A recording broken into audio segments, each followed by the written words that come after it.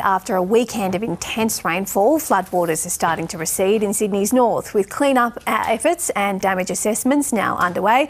We're joined now by New South Wales Premier Chris Minns in Sydney. Very good morning to you, Premier. How's it all looking after a very wet weekend?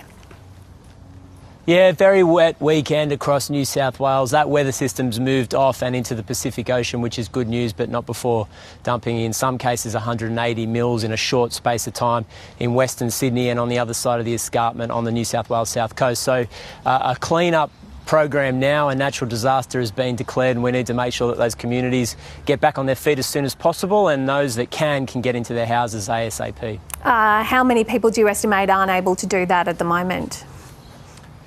At the moment, we have about 800 people that have been evacuated or are under an evacuation order, which is about 300 homes. And the latest evidence or information I have is that there's about 30 houses that were inundated as a result of the flood. So obviously that's devastating for those families, but Bridget, it could have been a lot worse, and we're very grateful for the SES and emergency services across the state who kept us safe during a difficult period.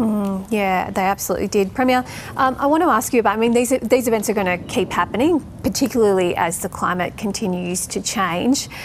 What can be done for people? We're hearing some really devastating stories emerge after the weekend of people who've lost everything and are uninsured. We've also been hearing over the summer of people who are insured, but then it takes them a very long time to hear back from insurance companies to get back into their properties and to rebuild. Are you looking at anything in the state government in regards to this? We've got strict rules in New South Wales around insurance regulation, so any insurers that are dragging their feet, we will come down hard on. In relation to the long-term problems facing those communities, there's no easy answers. I wish there was. We've committed $200 million for evacuation routes and emergency levies for those communities. We're working with local councils to ensure that money gets rolled out. That's part of $500 million package that we want to spend in the next 10 years. We've also taken a decision to not allow homes to be built in flood-prone land in Sydney's northwest, which was a controversial decision at the time, but we don't want to put more people in harm's way or create more communities that can't get insurance and will be regularly flooded out. So this is about managing a difficult situation. Obviously, we need to be there for families that have been in those towns for decades. Yeah, absolutely. Premier, on another issue, hundreds of teachers at community preschools in New South Wales say they're being underpaid. Do you support them getting a decent pay rise? Look, obviously we want to sit down with community preschools across the state. The government's got a program of rolling out an additional 100 community preschools in conjunction with the public sector and local councils.